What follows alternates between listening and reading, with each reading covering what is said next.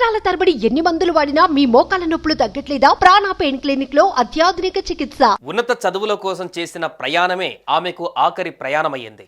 ఇంట్లో వాళ్ళు టాటా చెప్పి తండ్రితో కారులో బయలుదేరిన ఆమె అనంత లోకాలకు వెళ్ళిపోయింది. వర్ష భీభత్సం ఆ కుటుంబానికి కన్నీళ్లే మిగిల్చింది. కూతురి మృతదేహం దొరికిన ఓ రోజు తర్వాత తండ్రి మృతదేహం లభించింది. తెలంగాణలో కురిసిన వర్షాలు ఓ యువ శాస్త్రవేత్త ఆమె తండ్రి ప్రాణాలను తీసేశాయి.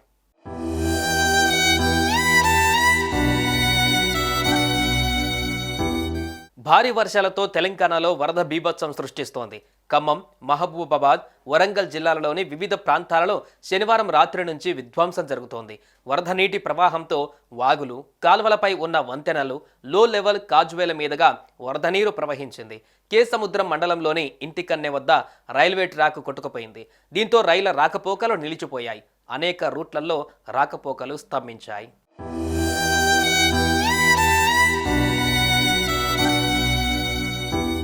ముఖ్యంగా మహబూబాబాద్ జిల్లా మరిపెడ మండలంలోని పురుషోత్తమాయ గూడెం శివారులోని ఆకేరు వాగులో వరద నీటి ప్రవాహానికి ఓ కారు కొట్టుకుపోయింది.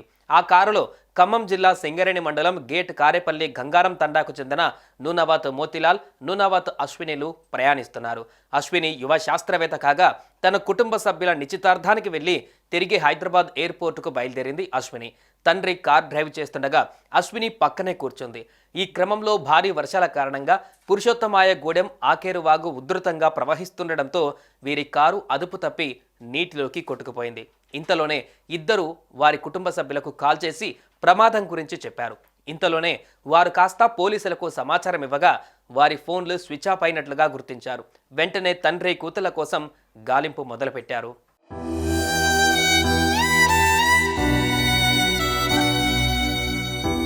కొద్ది గంటల తర్వాత ఆకేరు వాగు వంతెన సమీపంలో డాక్టర్ అశ్విని మృతదేహం లభ్యమైంది.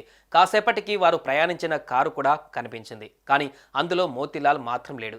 దీంతో ఆయన ఎక్కడైనా చిక్కుకున్నారా, బతికే ఉన్నారా, లేక వరద ఉధృతులు మృతి చెందారా అనేది ప్రశ్నార్థకరంగా మారింది. కానీ ఇంతలోనే సోమవారం ఆయన మృతదేహం కూడా బయటికి కొట్టుకువచ్చింది.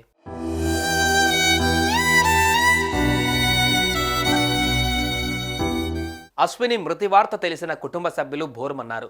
ఉన్నత చదువుల కోసం వెళ్తుంటే అదే ఆమెకు ఆఖరి ప్రయాణమయ్యిందని, భవిష్యత్తు మీద ఎన్నో ఆశలు పెట్టుకున్న ఆమె చివరికి ఇలా ప్రాణాలు కోల్పోయిందని బోరుమన్నారు. అటు మోతిలాల్ మృతదేహం కూడా బయటపడడంతో బతికి ఉన్నాడు అన్న చిన్న ఆశ కూడా పోయింది అని కన్నింటి పర్యాంతమవుతున్నారు.